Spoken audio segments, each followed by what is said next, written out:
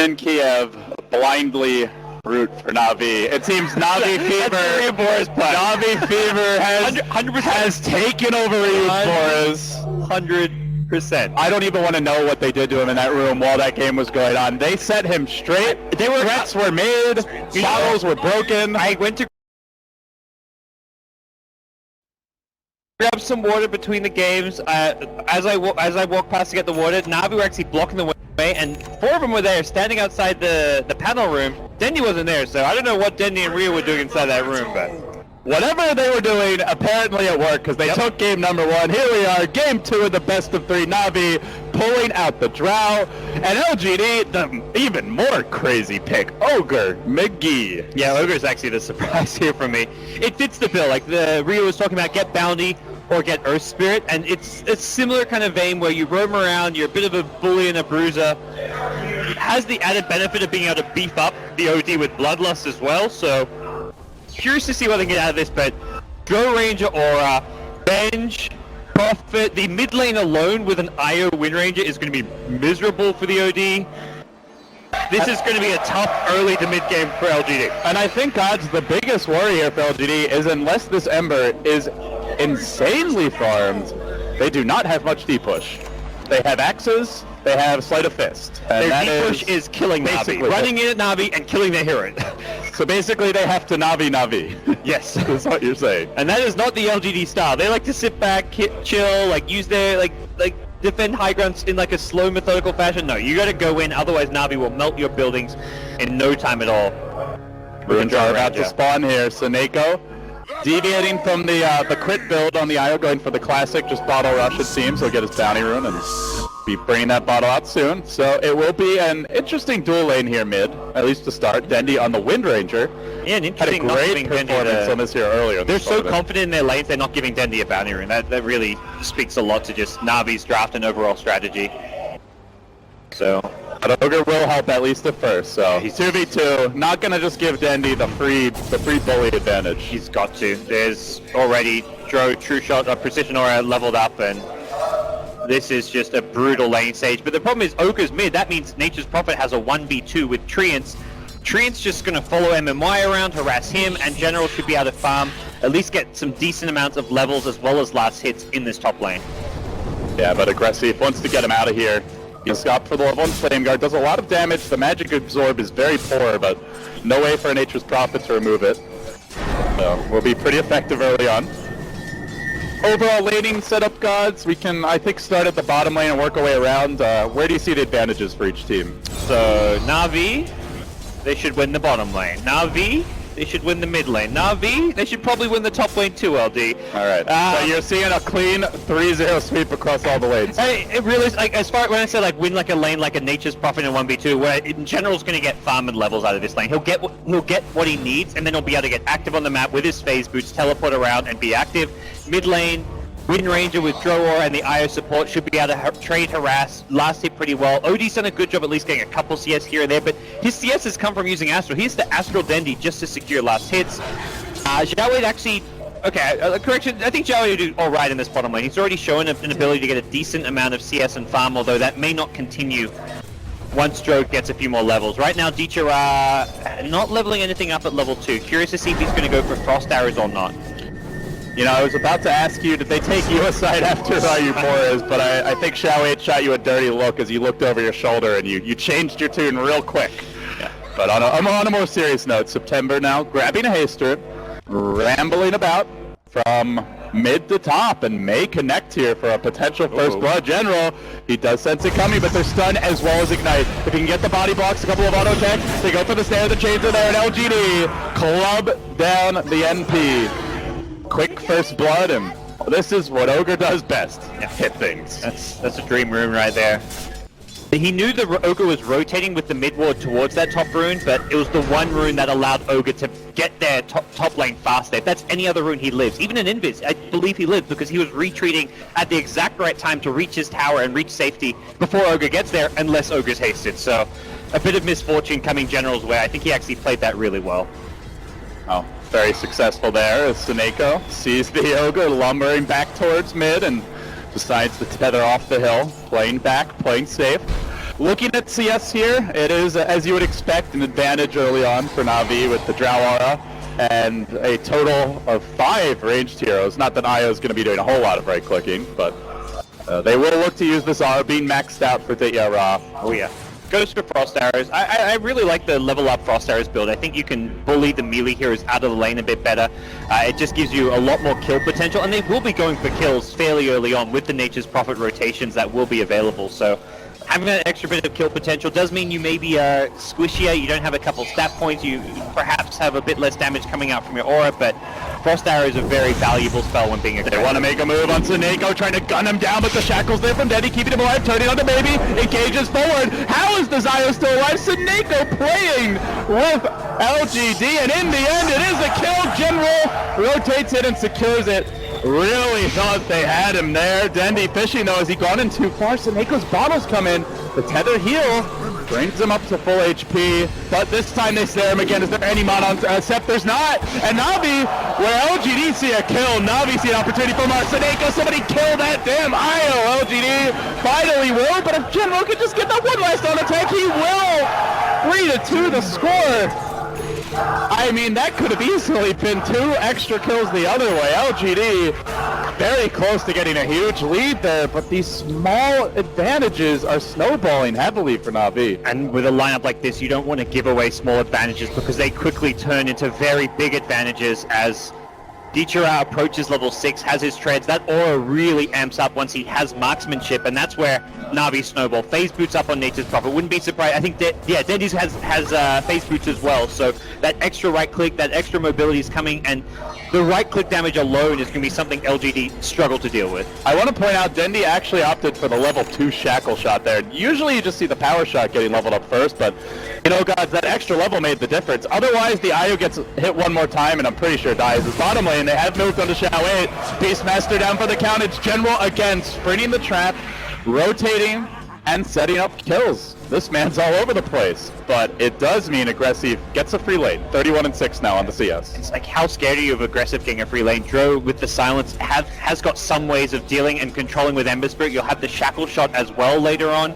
Yeah, with the blink eventually that we heard from Ryu Boros. It's not a game where NaVi are scared of an Ember Spirit unless they fail to hit their timings, which is going to be that fast early, take all their towers, 20-25 minutes in, be pushing high ground with an Aegis. So at that stage, best case scenario, Ember has a Battle Fury as his one item, but I don't think Battle Fury alone is going to be scary enough for NaVi to really worry about the fact that worry about him getting a free lane right now.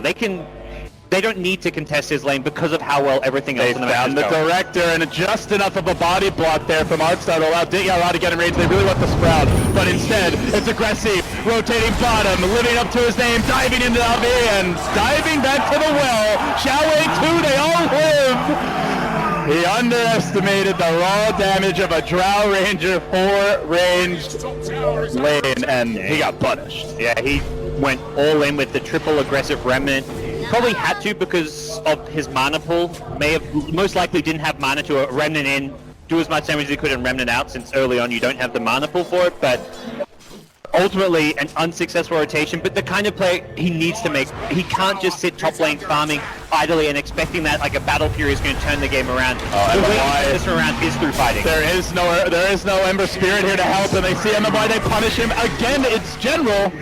This guy's just winning all the lanes right now. Maybe Dendy gets punished mid, but the Io of Seneko sticking around as a tether soon. It's too late. LGD finally something cleanly going their way. They do get a kill mid, but overall, this has just been the General show. I mean, you could talk about the Drow Ranger, Dendy having a good shackle and a great Io play, but more than anything, gods, moving around the Nature's Prophet is what has put NaVi up 3,000 gold, 2,000 experience at 7.5 minutes. This is without taking a single tower yet, and that's going to quickly start happening around the 10-minute mark. Aggressive diving in once more. Flame Guard there. He's used his last remnant to engage, and it's right into a stun from Artstar. Heavy physical damage. Chains, juking, looking to retreat. Oracle trying to finish him off. There's the Sprout. Gets the kill. Another death for Aggressive. MMY able to back away, though. So it is a 1-for-1, a core for a core. Aggressive gets the XP since he stayed alive for the Prophet death, but it's still, to me, that's the one hero on LGD's side who's farming and doing okay. Trading his life for the off-lane core and Nature's Prophet, not worth it. Looks like they wanted to go and dig out Ra, maybe. Astrid and they have the Hawk to get vision up the hill, and they move in with the orb, laying into that squishy Drow Ranger.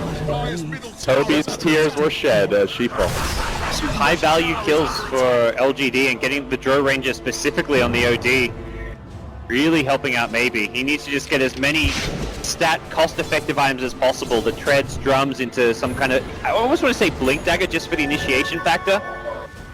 Aggressive, forced to Remnant back effectively. They're chasing him though. There's the stun, he's out of remnants, he's chewing food, he's like a kid through candy bars. And it will cost him Seneko, plinking him down. Double damage IO with the IO. Well, he didn't have the Drow Aura for the kill actually. He's a plus 106 damage. Casual. As an IO. You know, this is one of the most deceptive heroes when it comes to DD runes, but the ball just glows a little brighter. And now 5 out of the top 6 are on the side of NaVi. The gold stacking up the Shackle on mid. It's Dendi again. Level 3 Shackle. Level 1 power shot. Just fully relying here on the right-click damage and the Drow Aura. I actually love it. It fits perfectly with the overall game plan for NaVi. The one thing they maybe lack is that initiation tool or ability to lock heroes down. Damage is not an issue whatsoever, so power shot becomes much less needed than just the raw lockdown that a Shackle shot provides. And with Focus Fire, you're gonna hit hard, even without the Aghanim Scepter. You see Dendi grabbing Gloves of Haste. Last time it was a Maelstrom. Feels like that up-tempo type of game where NaVi just want to get cheap items to let them fight right here, right now. And while they have seen a hero, the Ogre lumbers in. Gods, this NaVi push machine is picking up steam. One tower quickly became 2 towers, is quickly going to become either a 3rd tower or a Roshan. How do they stop it? Where do they start? That is a question I'm still like scratching my head trying to find answers for. September runs in, he does get off the stun, he's Astral to keep him alive, aggressive lurches forward when he can. He finds himself on his own. Silence, nearly dead, can the Oracle save him? Oh god, that's a lot of Focus Fire. He's about to pop 2 hero James, and see you later.